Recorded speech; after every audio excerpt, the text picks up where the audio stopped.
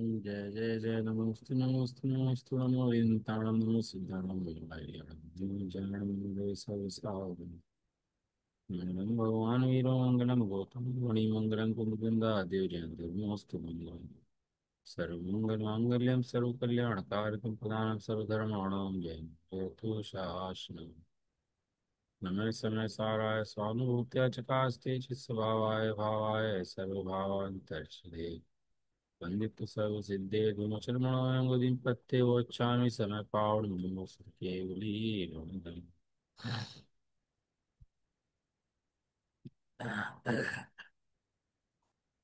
शेर समय सारजी ग्रंथ शरीफ ज्ञान अधिकार गाथा नंबर 332 से लेकर 344।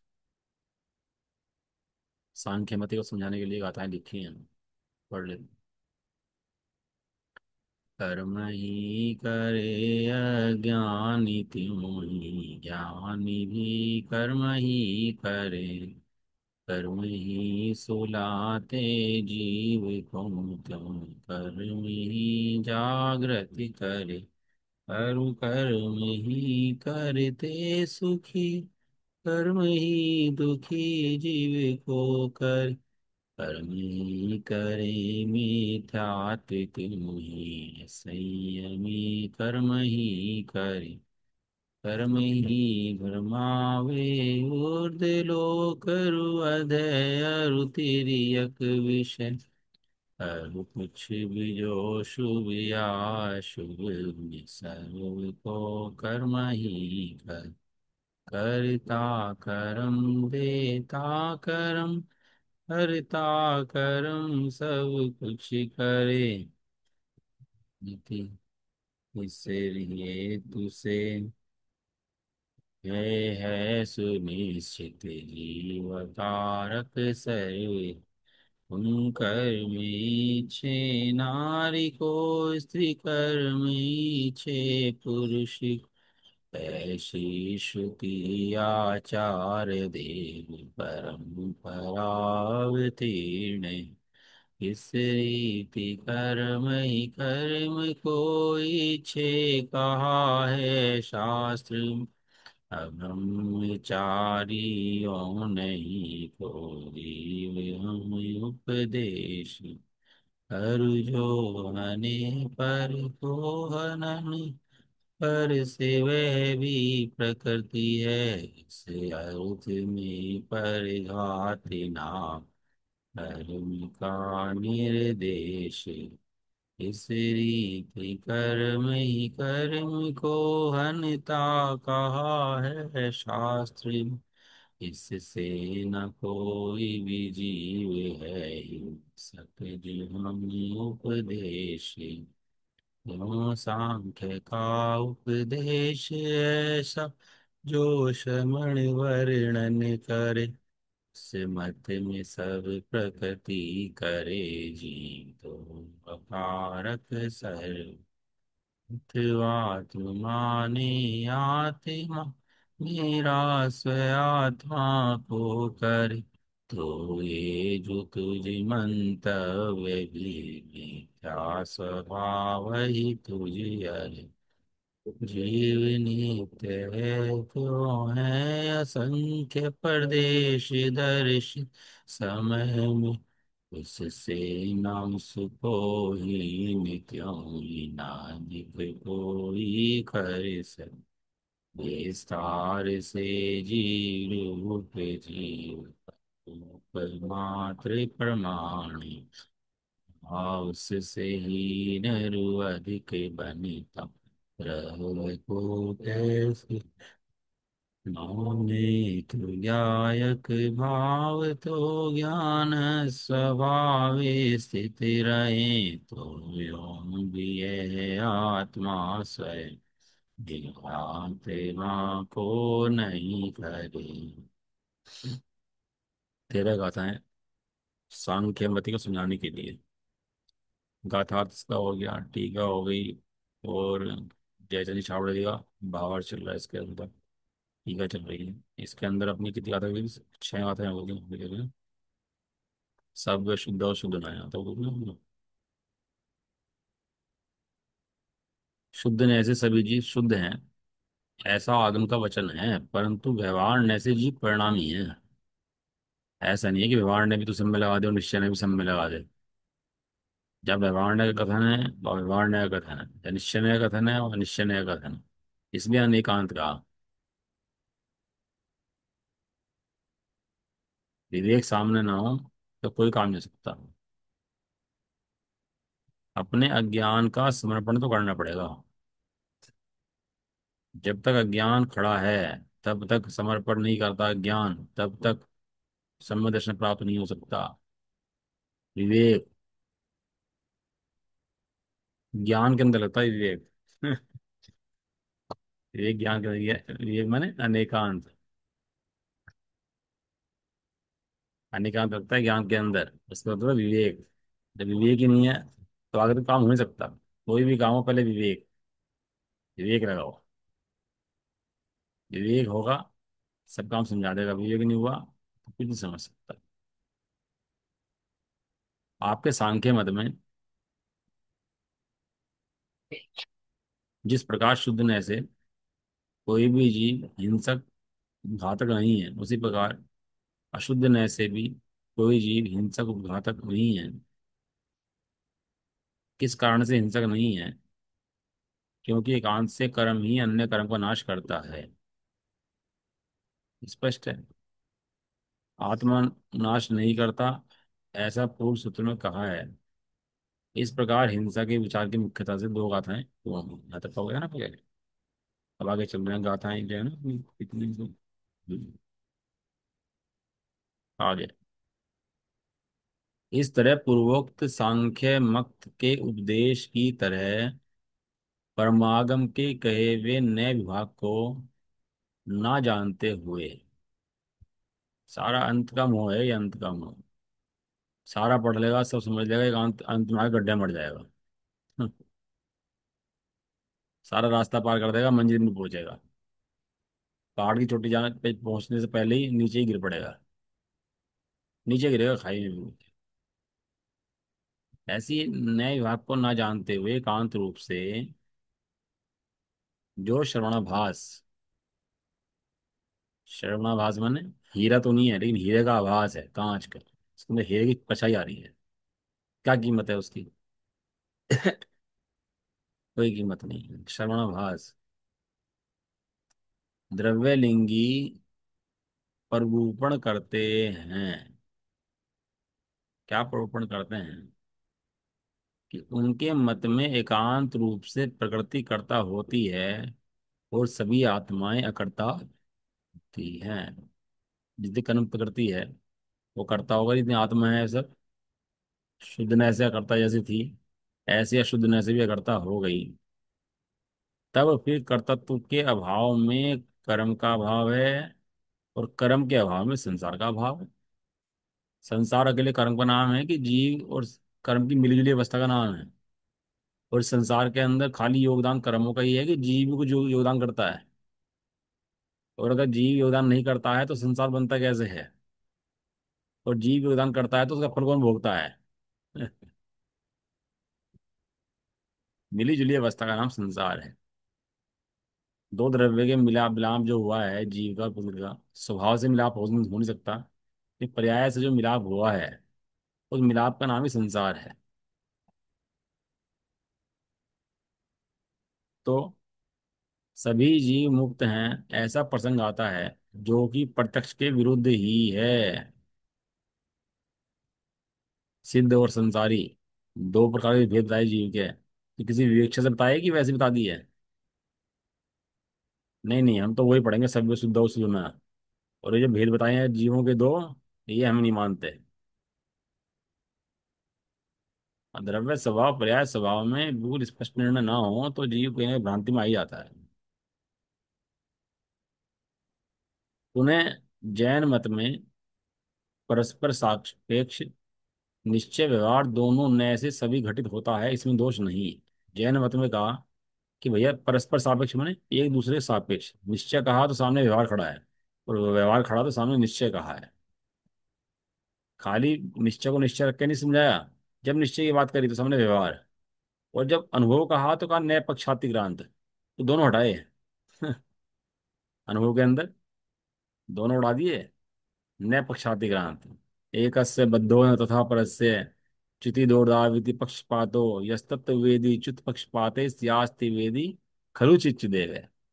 एक ने कहता है जीव बंधा है, एक ने कहता है जीव बंधा नहीं है। दो नयों के दो कथन हैं, लेकिन तत्ववेदी दोनों नयों से पार आत्मा का अनुभव करता है। लेकिन जब तक आत्मा का अनुभव नहीं करता तो भाई साहब फिर दोनों है। जब आत्मा का अनुभव नहीं करता, जब तक आत्मा का अनुभव नहीं है तब तक दोनों है। वो बच्चा पास होना हो, स्कूल में पढ़ाई ना कर रहा हो, कितने दिन की बात है बेटा, एक साल 2 साल में तेरी पढ़ाई खत्म हो जाएगी, तू पढ़ ले, जो झंझट ही खत्म हो जाएगा पढ़ाई का पूरा का पूरा। पढ़ ले, साल 2 साल की बात हो रहा है, कोई बात नहीं। साल 2 साल की बात भी क्यों है, मैं तो अभी छोड़ देता हूँ ना इसको, सारी पढ़ाई को। साल 2 साल भी क्यों पढ़ना, कि बेटा साल 2 साल तो पढ़ने पड़ेगा। जब तक तुझे डिग्री नहीं मिल जाती, पढ़ाई पूरी नहीं हो जाती, तब तक तो पढ़ना ही पड़ेगा। इस तरह निश्चय व्यवहार दोनों, जब तक अनुभव नहीं होता तब तक निश्चय व्यवहार छूटते नहीं हैं। निश्चय व्यवहार में जीव रहता ही है। ये तो मट्ठा भी होते हैं ना, तो दो हाथ चलते हैं रस्सी से, तो निश्चय व्यवहार तो ऐसे हैं। ये तो ज्ञानी जीव के चलने के दो टांग हैं, दो पैर हैं। निश्चय व्यवहार एक पैर से कैसे चलेगा भाई, तो बैठ जा आराम से, कोई बात नहीं, चलने की जरूरत ही नहीं है। जब तक चलेगा तब तक दोनों चाहिएंगे, निश्चय भी और व्यवहार भी। इसलिए सापेक्ष घटित होता है, इसलिए इसमें दोष नहीं है।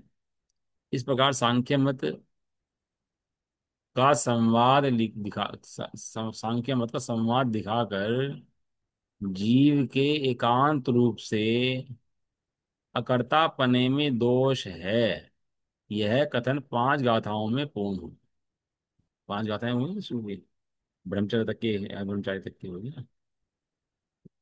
आप कह रहे हैं, अथवा हे सांख्य जन, यदि पूर्वोक्त अकर्तृत्व दोष के भय से तू यह माने कि मेरे मत में जीव ज्ञानी है। अकर्तृत्व के दोष के भय से मतलब करता नहीं हूं, ऐसे दोष। अब ये भैया करता हूँ, तो मैं करता किसका कहने लगा भैया, मैं दोष लग गया ना, भय लग गया उसको कि भैया ऐसी बात कहने लगी, तो मैं करता हूँ। ठीक बात है भैया, आप कह रहे हो मैं करता नहीं हूँ, जब भय लग गया आपने कहा, तो क्या कहा कि मेरे मतलब जीव ज्ञानी है, और ज्ञानीपना होने से कर्म का कर्तापना नहीं घटता। इस कारण से अज्ञानी को कर्मबंध होता है, किंतु आत्मा कर्ता होकर आत्मा रूप कर्म को आत्मा के द्वारा कर्ण रूप से करता है। उस कारण से अकर्तृत्व में दोष नहीं है। इस प्रकार तेरी मान्यता भी मिथ्यात्व वाली है। इस पर पूर्व पक्ष हुआ। कौन सी गाथा हुई है, छठी गाथा हुई ना। छठी गाथा में आता, ये प्रघात वाली आ जाती है, प्रघात वाली गाथा। पर अभी कौन सी गाथा आता आगे अपनी, ब्रह्म वाली आ गई थी ना, गाथा नंबर ये। प्रघात वाली भी होगी थी है ना, कोई हिंसक नहीं है ऐसा मुनि मानता है, तो जीव सर्वथा अकारक है, ये वाली बात आ गई इसकी। वो कहता है कि भाई जीव तो, मैं भय खा गया आपसे, लेकिन जीव ज्ञान का तो करता है, ज्ञान का करता ना हो ऐसा सुनना है, अपने आत्मा का करता तो है, आत्मा तो करता है, कर्ता रूप से करण रूप से। तो उस कारण से अकर्तृत्व में दोष नहीं है।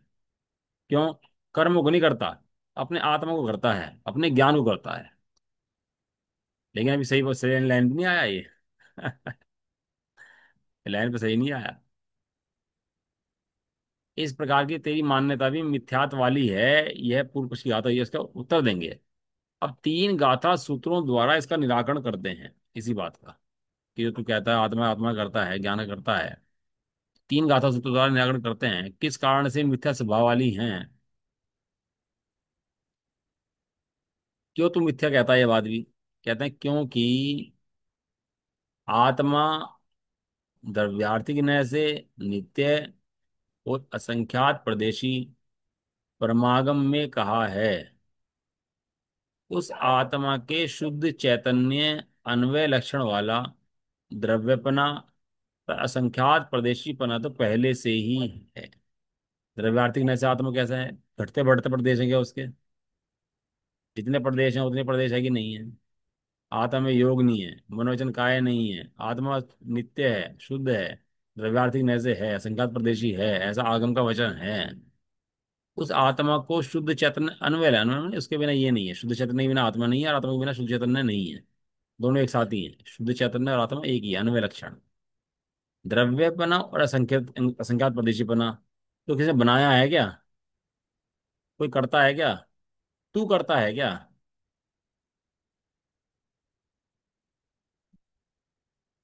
उस द्रव्य को तथा प्रदेशत्व को उसके प्रमाण से अधिक अथवा हीन करना संभव नहीं है। इस कारण आत्मा आत्मा को करता है, यह वचन मिथ्या है। तू करता हो तो मैंने हीन कर देना थोड़े देर प्रदेश, थोड़े पदे बढ़ा देना उनको, लेकिन तू ऐसा कर नहीं सकता, ये वचन मिथ्या है।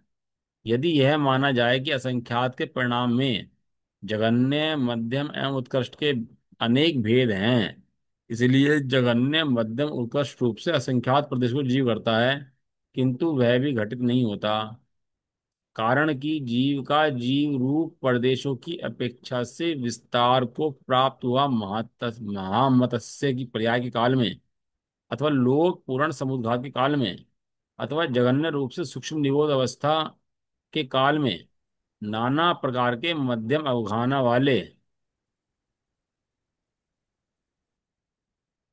शेयरिंग करो भाई इसकी।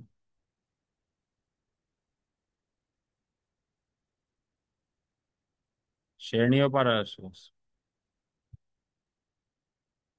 हम्म। हम्म। नाना प्रकार के मध्यम अवगाहना वाले शरीर ग्रहण के काल में, अथवा दीपक के विस्तार की तरह संकोच, दीपक के प्रकाश की तरह विस्तार एवं संकोच के कारण लोकमात्र प्रदेश वाला ही रहता है, ऐसा स्पष्ट जान। अब इसमें उसको कहने लगा भैया कि असंख्यात प्रदेश जो आत्मा है वो घटता बढ़ता है, तो घटाता बढ़ाता उसको मैं हूँ। तो कैसी तीन अवस्थाएं दी उसकी? एक जघन्य, एक मध्यम, एक उत्कृष्ट। जघन्य के अंदर लिया निगोदिया शरीर के अंदर रहता हुआ जीव, दूसरा लिया महामत्स्य मैंने जो स्वयंभू समुद्र के अंदर जो सबसे बड़ा वो रहता है, इतना बड़ा 2000 योजन कितना बड़ा होता है, इतना बड़ा जब भारत देश, इतना बड़ा, इतना बड़ा वो होता है क्या, मगरमच्छ, महामच्छ। तो उतना बड़ी अफगाना हो जाए इसकी, सबसे बड़ा अफगाना में शरीर के माध्यम से अफगानों से सबसे बड़ी अफगाना बन जाती है।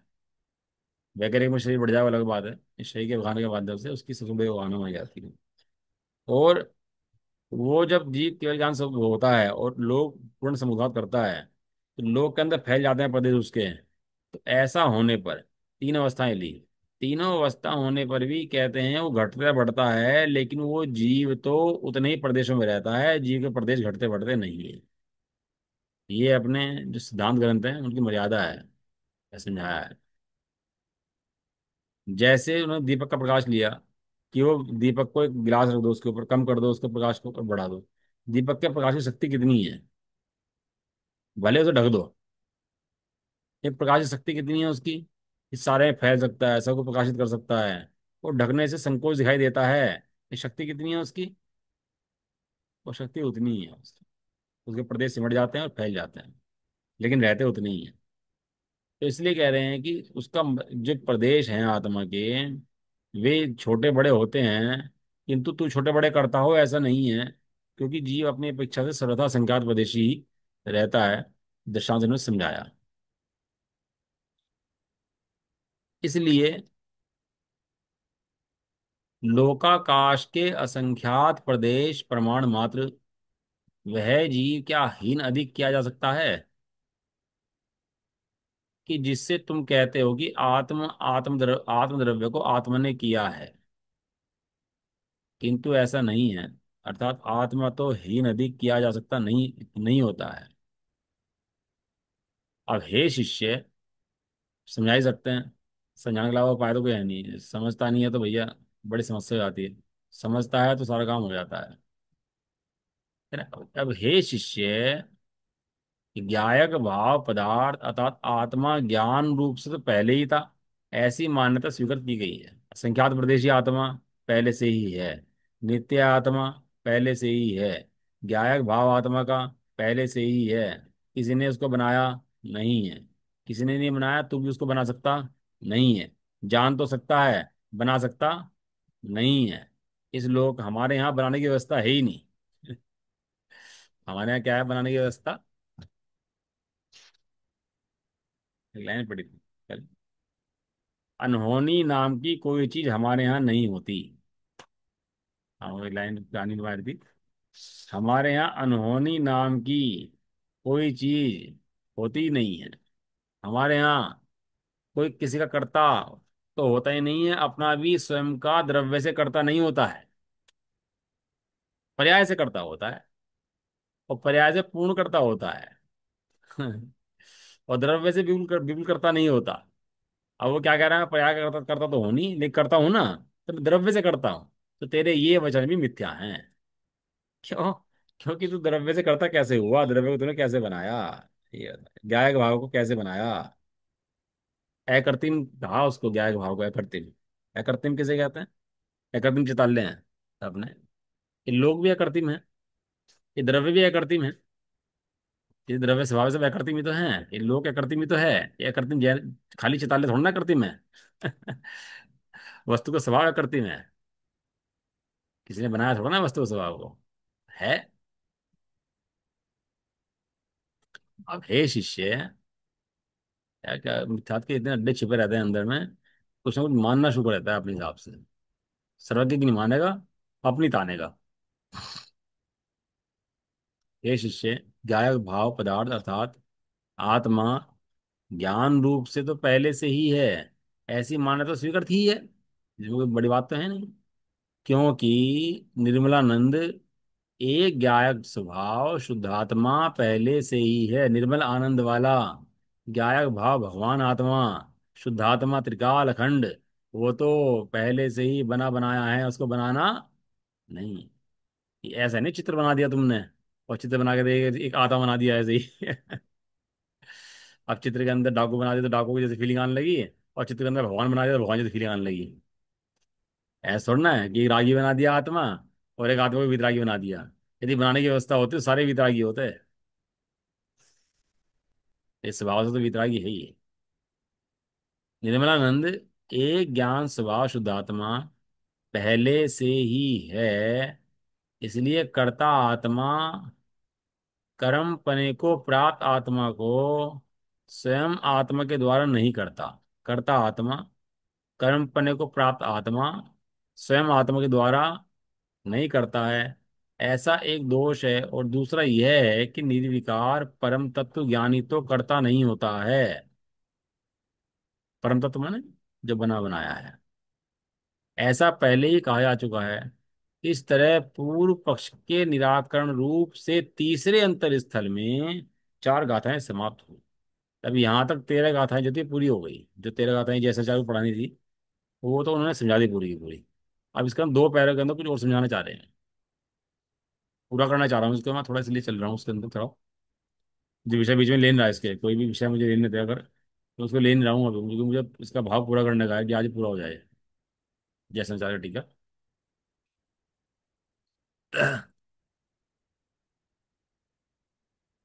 हम्म।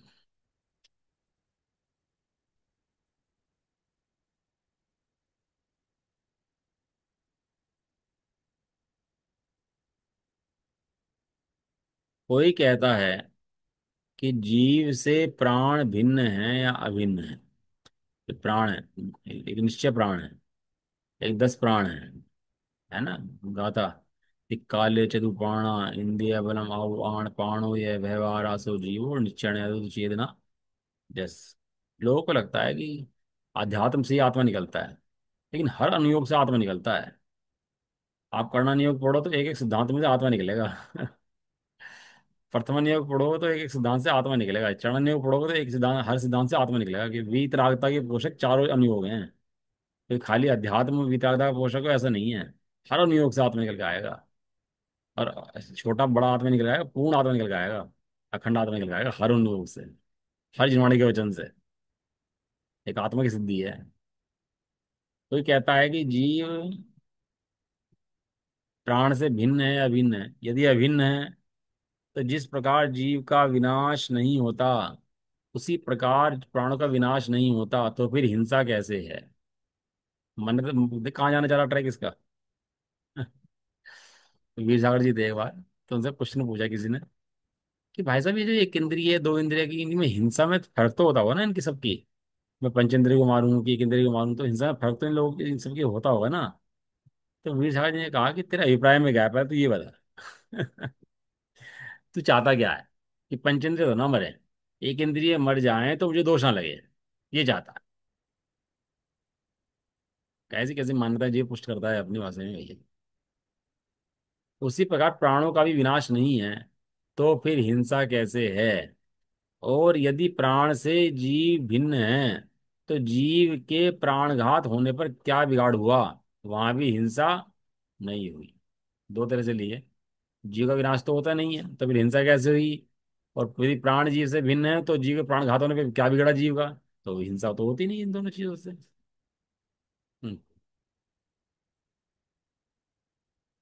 जीव देह दोनों एक हैं, यह कथन है व्यवहार का। ये एक हो सकते नहीं, यह कथन है परमार्थ का। परंतु ऐसा नहीं है, क्योंकि कायादि प्राणों के साथ कथनचित भेद तथा अभेद है। कायादि प्राणों के साथ क्या है? कथनचित भेद और कथनचित अभेद है। किसी अपेक्षा से कैसे भेद अभेद है?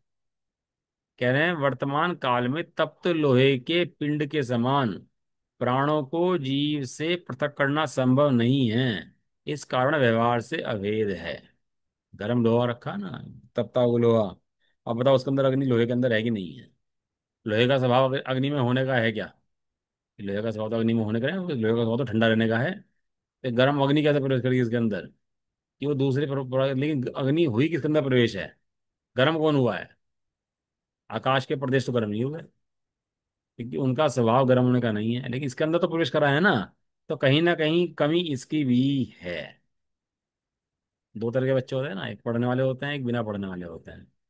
तो पढ़ने वाले बच्चे पढ़ाई में लगे रहते हैं अपनी, तो बिना पढ़ने वाले बच्चे इधर उधर माथा मारते हैं, बिगड़ते हैं। तो उससे कहते हैं भैया जब ये नहीं बिगड़ रहा तो तू क्यों बिगड़ रहा? तो कहीं ना कहीं कमी तेरी भी है। इसलिए गर्म लोहे के पिंड के समान पृथक करना संभव नहीं है। इस कारण व्यवहार से अभेद है। निश्चय से मरण के काल में कायादि प्राण जीव के साथ नहीं जाते, इस कारण से भेद रूप है। वर्तमान अवस्था में तो अभेद रूप है, आंख नाक कान शरीर सबके भेद रूप है नहीं, और जब मर जाए तो चला जाए मर के, तो उस समय वो क्या हुआ? उस समय वो भेद रूप है। यदि एकांत से भेद है तो जैसे पराया शरीर छेदे या भेदे जाने पर भी दुख नहीं होता, वैसे ही स्वकीय शरीर में भी दुख प्राप्त नहीं हो। परंतु ऐसा नहीं है, कारण कि इसमें प्रत्यक्ष विरोध है। तो सती प्रथा थी ना, सती प्रथा, तो स्त्रियों को तो कोई जीव मानने तैयार नहीं है। इतना अत्याचार स्त्रियों पर करें तो सब गरीबों पर करें, सब अत्याचार का माहौल बहुत भयंकर। और वो उसको बेहोश कर दें, नशे की हालत में ले जाएं, ढोल बजाएं, शोर ना सुनाई दे जाए उसका, इस कारण से ढोल वोल बजाएं और ले जाकर चिता में बैठाएं और आग लगाएं। तो जैसे वहां पर एक व्यक्ति जल रहा है नीचे जो मरा हुआ है, और ऊपर वो स्त्री में आग लग रही है जो जिंदा है, दोनों के शरीर पुद्गल के हैं, लेकिन दोनों के जलने में कुछ फर्क है कि नहीं है? अब कहते हैं अत्याचार की पराकाष्ठा है, अत्याचार की सीमा की हद है, ये क्रूरता की हद है।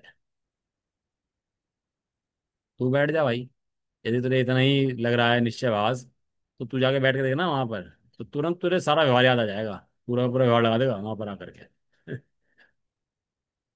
और जो कर्मठ पर्याय पढ़ाई ना इसको, तो इसको कहा पुरुषार्थ भैया, पुरुषार्थ करो, पुरुषार्थ करो। पुरुषार्थ के बिना तो काम होता नहीं है, और पुरुषार्थ तो जरूर होगा। तो पुरुषार्थ समवाय है, पहला पुरुषार्थ करो। ये पुरुषार्थ किसा क्या समझ लिया इसने? कि कुछ पर्यायों को हटा बढ़ा दूं, आगे पीछे ले आऊं, इसका नाम पुरुषार्थ है। तो इसको पुरुषार्थ समझता है, और आगे पीछे नहीं कर पाया मैं, तो पुरुषार्थ क्या है बात का? ये तो पुरुषार्थ कोई नहीं रहा ना। तो उससे कहते हैं जो किसान ने बीज बोया, खेती करी, भूमि नरम करी, हल चलाया, सब काम करे हैं, तो उसकी फसल टाइम से पहले आएगी कि टाइम पर आएगी? उसकी फसल जो है वो टाइम पर आएगी, टाइम से बाद में जाएगी?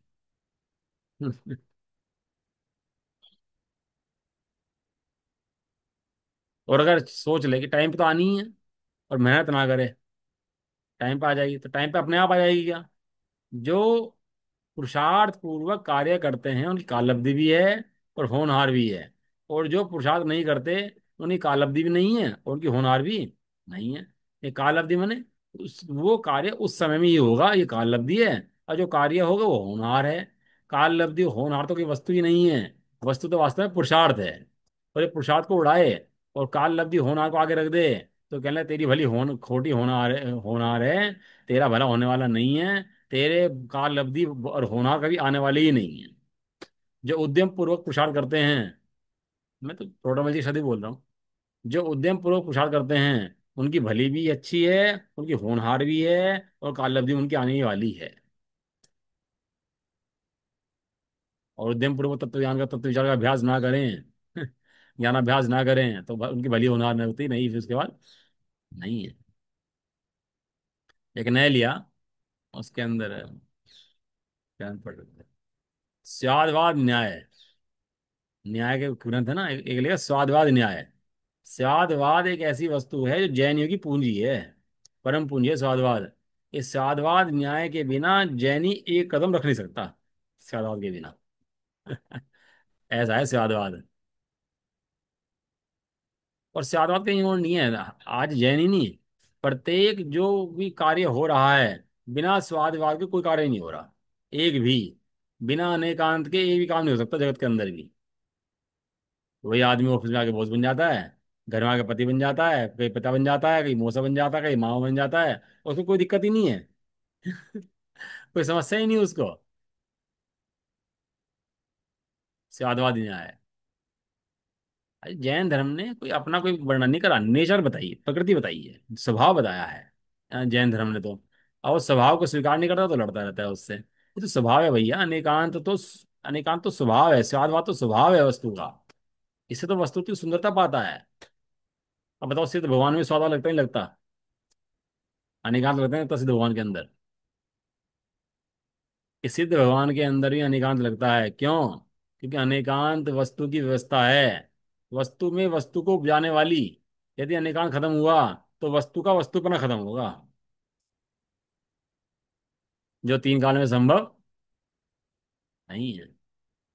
इसलिए काल लब्धि पुरुषार्थ के बारे में विरोध उन्हें होता है जो पर्याय की स्वतंत्रता को, पर्याय काल लब्धि को स्वीकार नहीं करते। तो उन्हें कोई समस्या नहीं। अब वो फल है पेड़ के ऊपर, आम के ऊपर, कच्चा है, अब मीठा होगा, वही होगा, लेकिन कब होगा? कब होगा? जब काल पक जाएगा तो समय हो जाएगा, बिना काल पके समय नहीं होगा। तो तोड़ लो उसे वहां से, तो पेड़ के ऊपर रखा तो उसे कुछ पानी देने की जरूरत नहीं है, खाद देने की जरूरत नहीं है पेड़ जब तक पेड़ पे लगा हुआ है। और पेड़ से हटते कितना ध्यान रखना पड़ेगा उसका। जहां अपने स्वभाव से हटा वहां कितना ध्यान रखना पड़ेगा। अब ध्यान रख रख के ही बच नहीं पाएगा। और स्वभाव से जुड़ा रहा तो वहां कुछ करने की जरूरत नहीं है, समय काल लब्धि भी आएंगी और समय होनहार भी होगी उसकी। ऐसा है, इस स्वभाव से जुड़ने की कीमत इतनी है इसकी। अब अगर पेड़ लटकाओ उसके ऊपर, तो खुद ही अपने आप अपने काल में बिना छेड़े, बिना कुछ कहे, बिना किसी से बात करे, बिना ध्यान रखे उसका, वो अपने आप पक जाएगा। लेकिन कब? जब पेड़ से जुड़ा रहेगा तब। और पेड़ छोड़ के भागे कि मैं तो अपना आप देख लूंगा, अपने आप को खुद बढ़ाऊंगा, खुद पकूंगा, तो भाई तो नीचे गिरेगा, पैरों में आएगा, कुचला जाएगा, गल जाएगा, सड़ जाएगा, कुछ नहीं हो पाएगा तेरा उसके बाद। पेड़ से लटका रहेगा तो ऊपर हवा में लटका रहेगा तो सुरक्षित रहेगा, और तेरा जुड़ाव रहेगा तो तू पकेगा उससे। ऐसे कहा स्वभाव से जुड़ो भैया, स्वभाव से। कह रहे हैं तो फिर व्यवहार से हिंसा हुई, किंतु निश्चय से हिंसा तो नहीं हुई ना। फिर वो बहाने कितने ढूंढेगा ना। व्यवहार से तो हिंसा हुई है, निश्चय से तो हिंसा नहीं हुई ना। हमने पढ़ा है व्यवहार अभूतार्थ है, झूठा है। हमने पढ़ाया था ना आपने यही। और निश्चय न सत्य है, तो ने पढ़ लिया। और हिंसा तो व्यवहार से हुई है, व्यवहार ने झूठा है, छुट्टी होगी। आपने सही कहा है कि व्यवहार से हिंसा हुई है, मतलब कितना बढ़िया आंसर दिया। तो पाप भी नरक आदि के दुख भी व्यवहार से ही होते हैं। कितना बढ़िया आंसर आया। ये तो सही कह रहा है, हिंसा व्यवहार से हुई है। इतने नरक आदि के दुख जो हुए हैं वे भी निश्चय से नहीं हुए। रोना मत बैठ करके वहां पर भी ये न्याय लगा ना कि ये तेरे निश्चय से नहीं है, व्यवहार से ही है। व्यवहार रोएगा तो कितना बढ़िया जवाब मतलब। पाप भी नरकादि के दुख भी तो व्यवहार से होते हैं, यह बात हमें भी सम्मति है। कोई बात नहीं भैया। कोई जेल के सरिये तेरे अंदर थोड़ा घुस जाएंगे, जेल की सलाखें भिन रहेंगी और तू भिन रहेगा, तेरा घात नहीं करेंगी, लेकिन रहेगा फिर भी जेल के अंदर। वे नरकादि के दुख तुम्हें इष्ट हों तो हिंसा करो। संस्कृत की पढ़ते हैं क्या, संस्कृत में लिखा होगा इसके अंदर। कहाँ है ऊपर? हम्म। हाँ ये रहा। तन्नारकादि दुखम भवता मिष्टम चेत रही हिंसा कुरुत। यदि तीसरी लाइन संस्कृत की टीका में, यदि तुझे नरकादि के दुख इष्ट हो तो खूब हिंसा करो।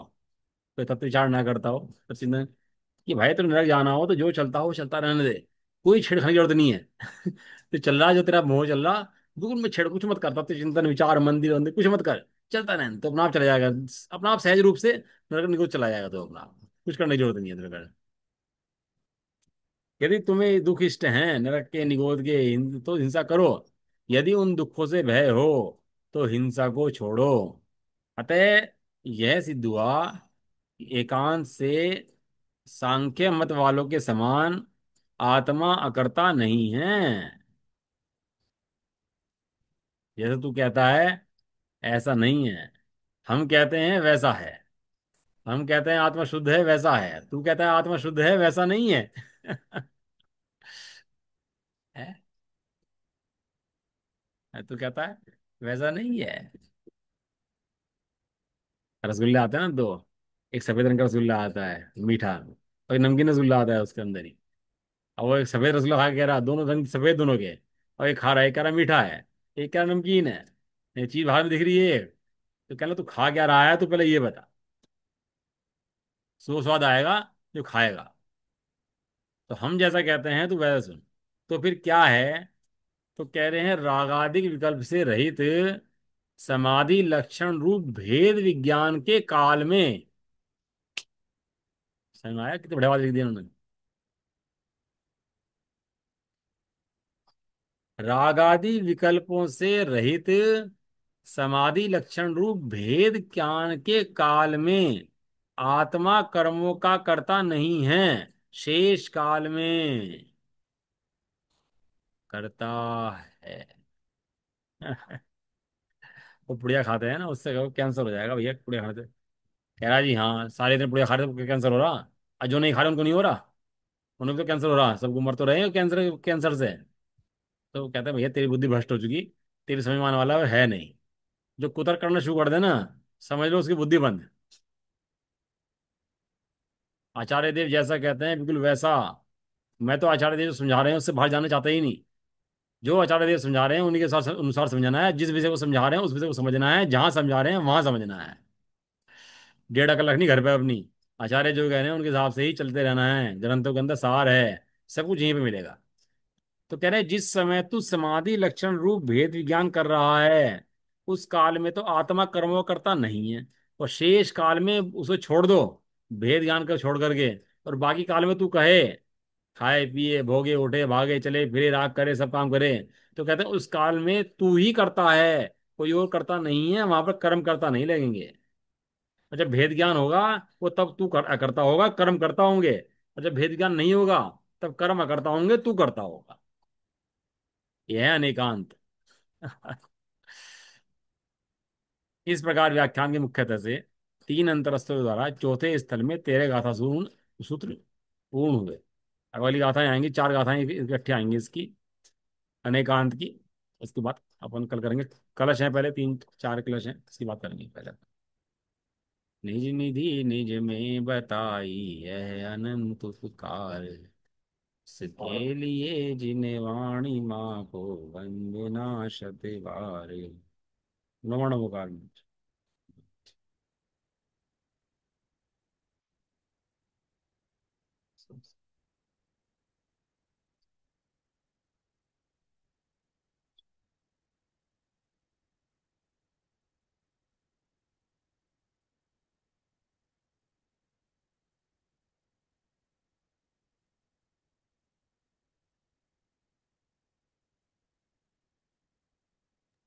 जबरदस्त जी श्री नहीं। कृष्णानी माता की। महान जैन धर्म की। एक साथ हो रही है। ये चीजें। सब कुछ। एंड कर दो क्लास।